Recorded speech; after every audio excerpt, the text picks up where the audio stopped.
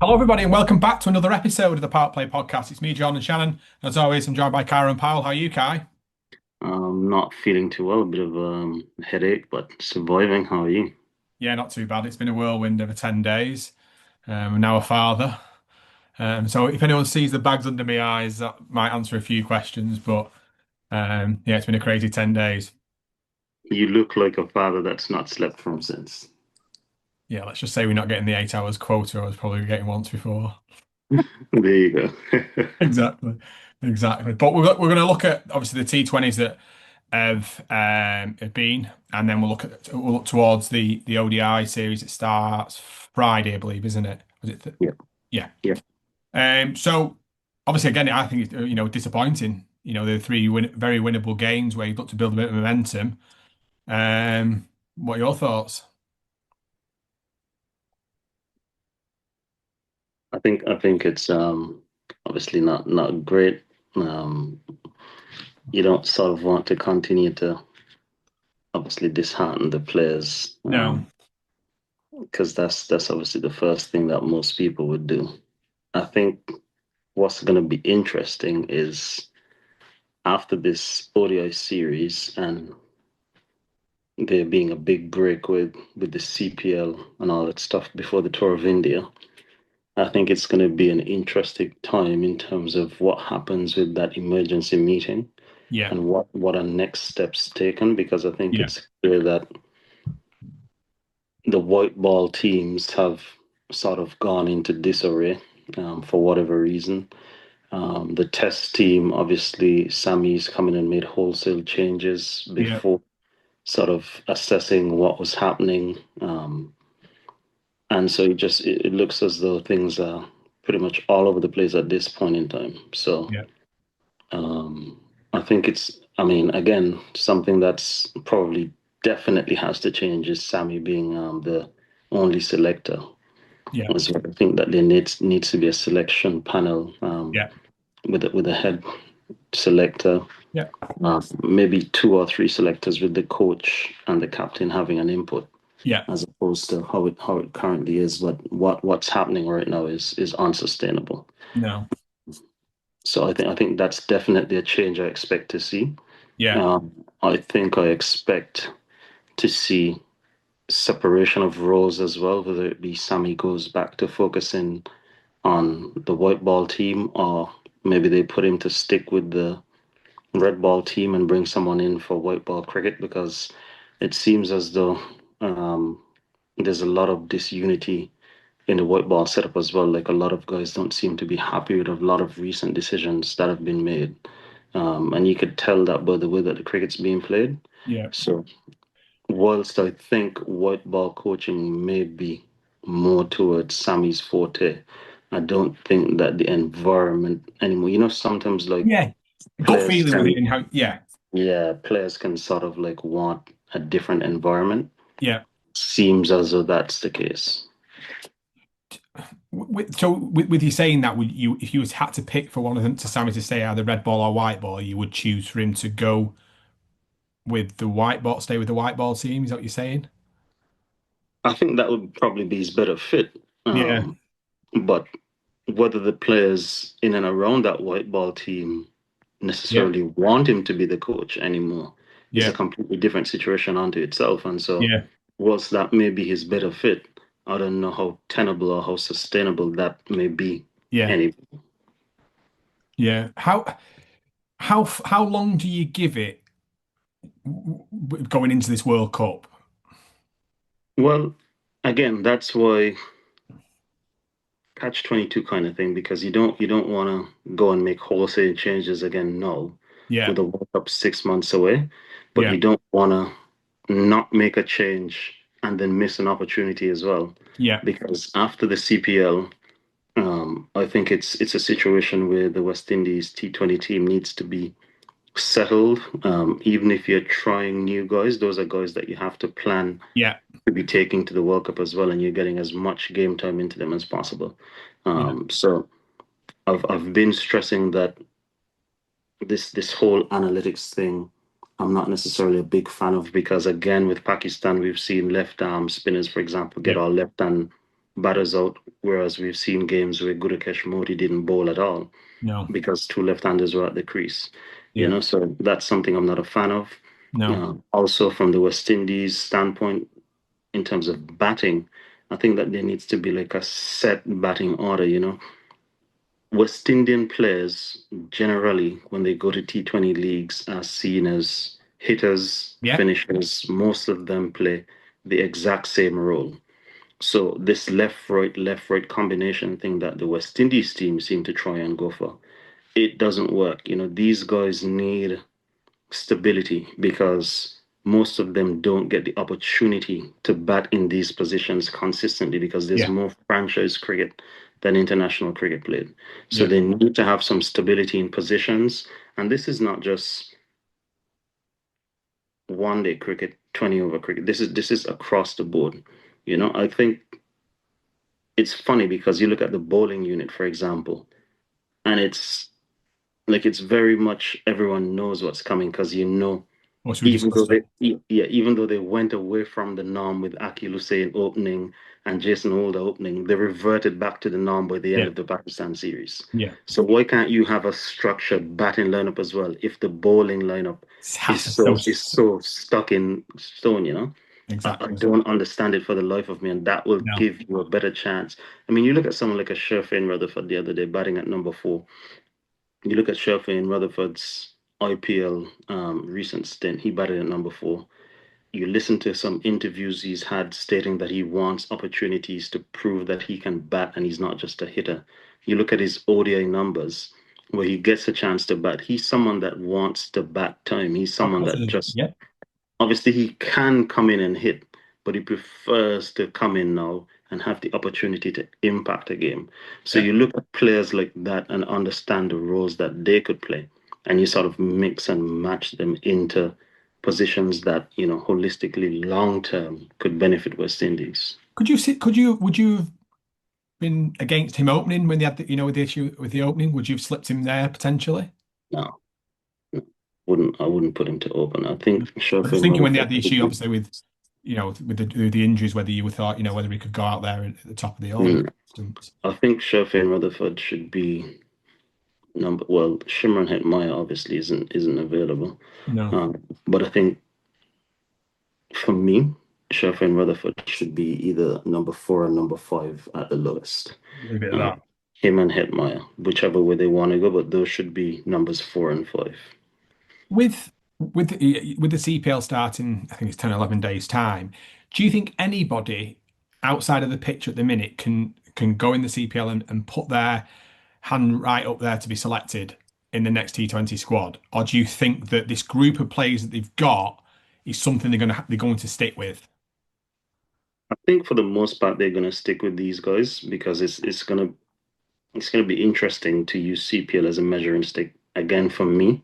Yeah. Um, you know that I think that CPL serves no purpose Yep. as Yep. it relates to West Indies cricket Yep. because a lot of the guys that are playing regional cricket, a lot of the guys that are interested in playing for the West Indies don't get the opportunity to play Yep. CPL cricket, to mix and mingle with those international T20 franchise stars and learn and continue to develop their game Yeah. and in turn develop West Indies cricket. Yeah. So in my eyes, CPL doesn't serve or benefit West Indies cricket.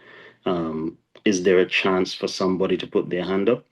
I'm sure there is. I'd like to see personally the Micah McKenzie and the Navin Bidesi. Yeah. I think that those are two guys, if anything, that I would have liked to have seen possibly get a chance in this Pakistan series. Nothing to Out of pick. lose. Yeah, because there's nothing to lose. You already Yeah. know what you've got with the other guys. So what I Exactly. would have done is I would have picked a Navin Bidesi for the T20 series, and I would have picked a Micah McKenzie for the ODI series because it gives Nice. you a different perspective. You get to see both of them, but it gives you a different perspective. Okay, this is what we have from a leg spin side of Yeah. things, based on the guys that performed in that emerging tournament. We've Yeah. seen Jediah Blades. I think that we could have possibly seen a bit more of him. I Yeah. hope that he's in the 50 over series, and I hope that he continues to get a run in all the two white ball teams, Yeah. so he Definitely. can continue to develop and hopefully go into that World Cup a better player. Yeah.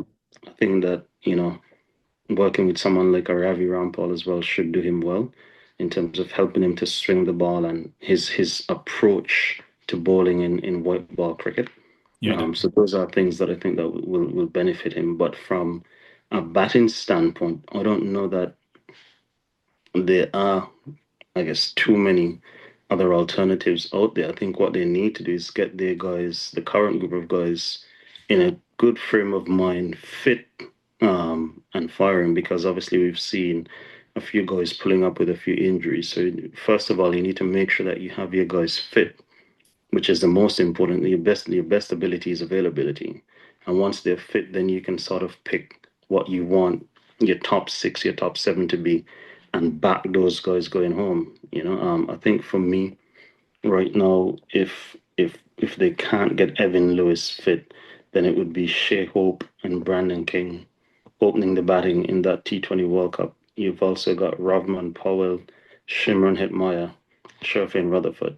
So then it's just a matter of one other batter it's who a you good think lineup, can that. fit. Yeah, it is. But you just need to Good. give Yeah. guys set position, a set role, and let them play. Let them get used to playing that position. The environment issue is something that they need to address because, like you mentioned, that you reel off that top six, and there's balance there, there's firepower there, there's skill. It's a nice top six to be going into a World Cup with. So if you're saying there, obviously mentioning about the idea around the environment and sticking to these roles, if that needs addressing ASAP, big time. That's why I said, look, this is going to be an important point. This break that's coming up after this audio series, because it's going to give the West Indies a honest chance to Yeah. really assess and make some vital decisions going forward. Because you can't have, for example, Daren Sammy having to deal with uh I think it's an India Test series, a New Zealand Test series, and a South Africa Test series, but still preparing a T20 World Cup team Yeah. for You need right help. after, you know? Yeah. You need to have clear structured Yeah. pathways for each aspect of West Indies cricket to function. And I think that it's too much, because then he's also head coach, he's also chairman of selectors. You need to separate roles and let people be a star in their role. And so everyone can sort of do something that complements each facet Yeah. of West Indies cricket. Definitely, because you're going to end up in the same situation that there was over here, where Darren Sammy left the India tour to go back to prepare for that, and that's what Reds touched on in the episode a couple of ago. You know, you're leaving one that facet to then go and focus on another, and you can't do that at this moment in time. So you Yeah, need to get your resource back in, and you need to get your strategy quite clear yeah. because the fixtures are there in place now. So there needs to be some planning in place to make sure that that doesn't happen. And it's going to be interesting as well, because they're using a lot more players across formats now. Yeah, So it's going to be interesting, the planning of, okay, who goes on yeah. what tour, who goes or who doesn't go on what tour, to give them time to prepare for it. So what is a priority.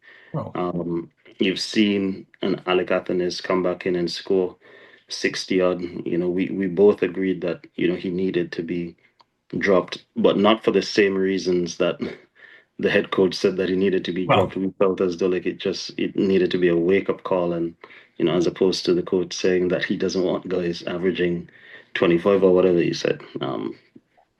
They can figure that out. They're all from the Windward Islands, but um, I think that he looked a lot more responsible. Like, he looked a lot hungrier. Like, he understood what was needed of him. You heard Ian Bishop stating that he hopes that this is a guy that gets more opportunities across formats now. I think that you'll see him back in the team across formats. I don't think that they've released ODI no, team for they the haven't yet. Pakistan series yet, which is mind blowing to me, because it No, starts on Friday. exactly. So the team would have traveled to Trinidad yesterday and would be practicing today and tomorrow. But nobody knows what the team is. But then you're expecting people to support. These are things. These are just basic things. You could have announced the ODI team at the start of the series. So this is the team for the T20 series. This is the team for the ODI series, and it's out there for the public to know. But having said that, I think that, as I said, players like Alec Atkins will probably be back in across formats. Yeah, And it's just going to be interesting to see, I guess, what group of players get what opportunities now, as I yeah, think it's quite evident a lot of different roles have to be sort of separated. big time. Big time. Because it's going to be interesting now because touching on that then, I was just looking. So the three T20s against Nepal finish on the 30th of December, and the first test against India starts on the 2nd of October. So the exact same situation is going to happen. And those three T20s are right after CPL, and Yeah, as we said, just before India. So I don't expect that to be a lot of the guys that are going to India. But having said that, you've got, for example, the likes of a Shea, that's the T20 captain, exactly. and the test keeper. So, it's Exactly. interesting. How does that work? And You've got a Roston who's a T20 player, but the test captain. exactly. And the other thing as well with that is that any Stu Law side, and you know this, will be bang up for it and bang ready. That is not a series against that you want to be taking lightly and and getting turned over there because that will be put more pressure and highlight more issues in that team. So, if they're looking at focusing on something else and then that could be a real recipe for disaster. That 100%. Because if they go to Nepal and lose those two, I think currently it's something like the last 26 matches. They've lost 20 of the last yeah, 26 matches with two wins and four no results. So yeah. yeah, definitely not trending in the right direction. No, it's not. No, it's not. And I just want to quickly touch on the point you mentioned there about making Mackenzie playing in the 50 over stuff, which I think would be really good. And it's to touch on a point that Ramesh made in the last episode about giving him the chance to bowl and stuff without changing it. Because I know that naturally sometimes you see a bowler he wasn't talking about Mika McKenzie, he was talking in general. You see a bowler with a nice action and they might get hit for a few runs and you automatically then go back to your darts and you're changing. Whereas in a 50 over game, he's got a lot more time to figure it out and bowl his 10 overs rather than it being these 4 overs and it being in potentially in power plays and various bits. So I think the point that you made there, would be a perfect opportunity for him to get 10 overs of international cricket under his belt.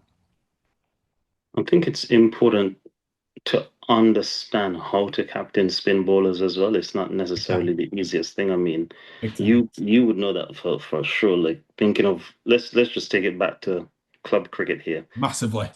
A spin bowler comes on and gets hit, the first thing that a captain would do is take him off. It's just like county cricket. So you see, there's always a 100%. complaint that England aren't able to develop spinners because they don't get a chance to bowl Correct. for half of the season. Um, Massively. a leg spinner in particular, and a young leg spinner at that, is a very difficult thing to captain. You've got to bring them in at a time where probably it's two new batters as opposed to set batters at the crease. Yeah.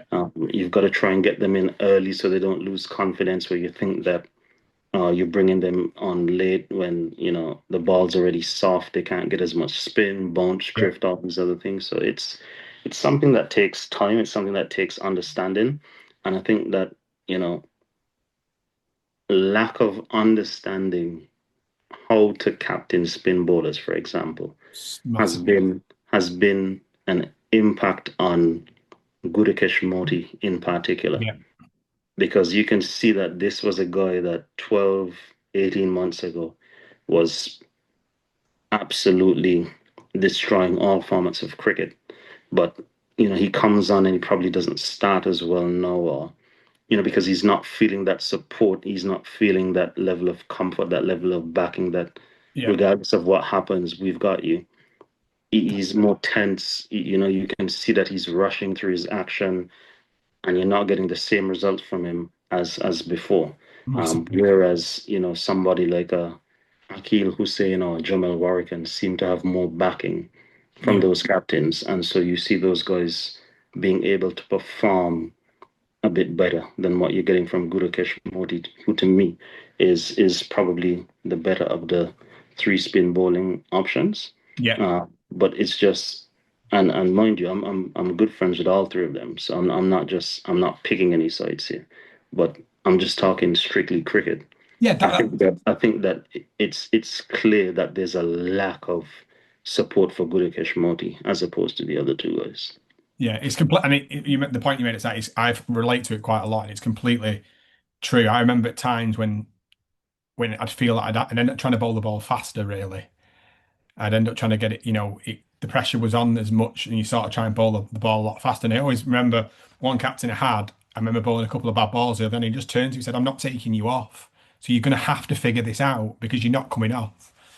And I always remember, and then a program that I watched with Shane Warne, and Shane Warne always said, as a left-hand spinner versus a leg spinner, he just said, as a spin bowler, your job is to spin the ball. So spin the ball. And I always remember that situation when the captain was telling me you're not coming off, and in the back of my mind, it's like, right, just keep focused on trying to spin the ball, spin it. Yep, I know it's different, but the understanding, like I said, at the time, I had a captain who's completely supported me, and then the confidence just came in that season. Obviously, it's completely different. So it is relatable, whether it be international cricket or league cricket. It's that support of the captain and understanding the importance of the role of the spinner as well. 100%. So, Sure. those are Sure. just little things that, stood out to me more so than the result. It's just the different things that Yeah. are happening in and around that to me seem blatantly obvious and Yeah. could make a big impact. And then I got to go back to the bowling of Mika McKenzie in the ODIs. If it is the case, you can protect him a lot more in that scenario as well, and you can look at picking, bowling him in the right situations that help him and develop him. That's the captaincy role of nurturing that talent and giving him that break when he needs the break, and setting the field right. It might be a bit defensive at times, but ultimately it allows him to obviously grow into the game, which would be a lot more. Do you see looking ahead to the 50 over stuff now? Do you see any more changes potentially?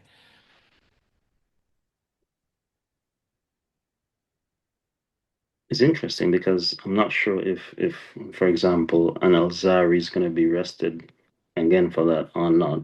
I think he should be. Right, But okay. So you'd leave him fully now till yeah, I think Jason Holder's not in the 50 over setup as well. no. I think I'd be looking at obviously Shamar Joseph to continue in 50 Yep. over cricket. Might give Jaden Sears a chance again. Jediah Blades, I definitely Yeah. want to see him continue to play Yeah. 50 over cricket. And then you've got all rounders in, I think, Shepherd and Justin Graves. Yeah. Um, Spin bowling, I think. Well, I'm not sure if Morty's in the team. No, they don't. Yeah, well, nobody knows who's in the team. But as I said, I'd like to see one of those leg spinners. Or it could even be a case where they try both of them, Well, I was just going to say, because, what again? That's yeah, they don't have to pick a 15. It's not a set. You yeah, can pick what you exactly. So you could want. you could give one of them 2 games and give the other one, just to see them, Yeah, try them out, and in the see if environment they have perspective as profits. well. Yeah. So that's I guess probably the crux of the bowling. I think the batting more so sorts itself out. I think Brandon King should be back fit for those ODI games. Wouldn't be surprised if I saw Alec Athens in and around that squad. Obviously, Casey Carty and Shea Hope, unlocked fixtures in the Yeah, ODI team. Again, I would stress I would like to see Shea Hope opening the batting if Evan Lewis is not there. And even if Evan Lewis is there, I would still like to see Shea Hope opening the batting. I'd see Brandon King at number 4. I think that would make a huge difference to the West Indies team. Shuffling Rutherford at 5, and then 6, 7, 8. Can figure that stuff out. yeah. Well, again, this is where you've got to be utilising these games as well to as you look. That's when your planning comes into it a lot more, really. Um, But I think that you need to get some, batters need to be scoring some runs and taking wickets. The bowlers need to be taking wickets now because that would disappoint. Like I said, the results in the T20 were disappointing. So you've got to start seeing some performances tick over, which naturally will increase the environment as well. When you start winning games, it's naturally a better environment around as well, and happy players do seem to see that as well. So I think it'd be definitely interesting to see how the next 3 games unfold, and then you're going into a CPL where you'd like to see people put their hands up. I know we have discussed obviously um, a few bits there, but you do want to see some of these players go out and do that. It'd be great to see some of the people who did well in the breakout, then obviously go and take that next step as well into the CPL. I'll tell you something I noticed as well. I've never seen Shea look as heavy as he looked during that T20 series. Like he looked like a man with a lot on his mind. He looked like a man carrying a heavy load. Yeah, But batting looked to be the last thing on his mind. Obviously didn't keep wicket in that series as well, but he didn't look as though, generally Shea's like probably one of the most affable persons you can meet. But he just looked as though like the weight of, all that's going on, and yeah, obviously being caught up in the middle because he's the captain, not because of anything else that he's done, solely because he's the captain. yeah. Uh, Sort of looks like it's weighing on him as well. So, you I, don't I want feel that sort of I stuff. agree with that. I think some of the I totally agree. Someone who you look at previously when like you said it, the way you can, yeah. No, I agree. I do agree. It's tough though. It will be tough for him at the minute because Yeah. it's been a rough few months. Really has. It's going to it does take its toll. It's going to be interesting to see whatever the team is though when they do release it, and guess how they go in this 50 over series, because Well, I think the ultimately, change. Sorry, go on. Sorry, mate. ultimately, regardless of whatever squad you've got at your disposal, you can't continue to lose. You've got to win some games. So Well, it is, and I think and going back to full circle to the conversation we started with in terms of the coaching aspect, the multi-format players that you have I think would advantage from a change of coach as well. From that environment perspective as well, just to mix and match because if you look at Shea, for instance, does he feel obliged to play Test cricket because it's Sammy rather than actually wanting to play Test cricket for his own benefit, for instance? And do you feel like I owe him one? And he is the coach, so I don't know whether these are different things where it just might help the overall situation. I know people have commented on ours that we thought we on the podcast about how we thought it would be a good thing, and we did discuss it at the time, and we thought it did make sense. But ultimately, sometimes when you're part of the testing process, things don't always work out as probably what you planned. But then you also have to then make a decision to work out, well, it hasn't worked out, so we need to act accordingly to move forward in the betterment of West Indies cricket. it's, But honestly, we'll discuss that anyway over the next few weeks, and as we start getting into the CPL, and hopefully, like as we start discussing the CPL side of things as well, we'll see. It'd be good to talk about some performances there as well. It'd be great to see some new talent, which we want to be talking about and seeing, and putting the hand up, saying, I've not been mentioned, but I'm here. I want to go on the international stage. So give me a go. what's going to be interesting as well is because I think that the 50 over series finishes on Tuesday Yeah, and CPL starts on Thursday. So as much as it's a new environment, you're literally just going from cricket to cricket with no cricket. break. And then you literally, as soon as CPL's finished, you fly out to Nepal. As soon as Nepal's finished, you fly out to India.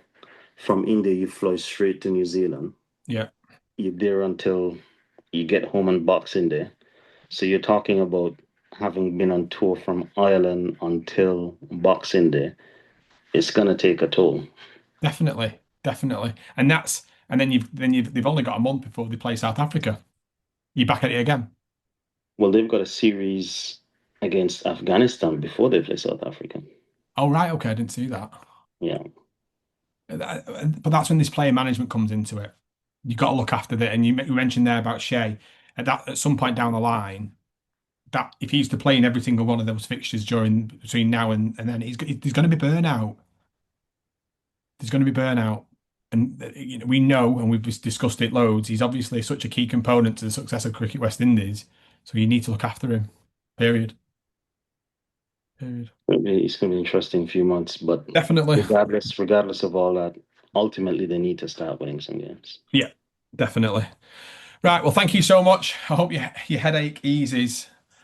Talking Cricket West Indies definitely does not help the headache, but thank you so much for joining us on another episode. Keep liking, keep subscribing, and any more comments and questions, Karen will get back to you. So thank you so much.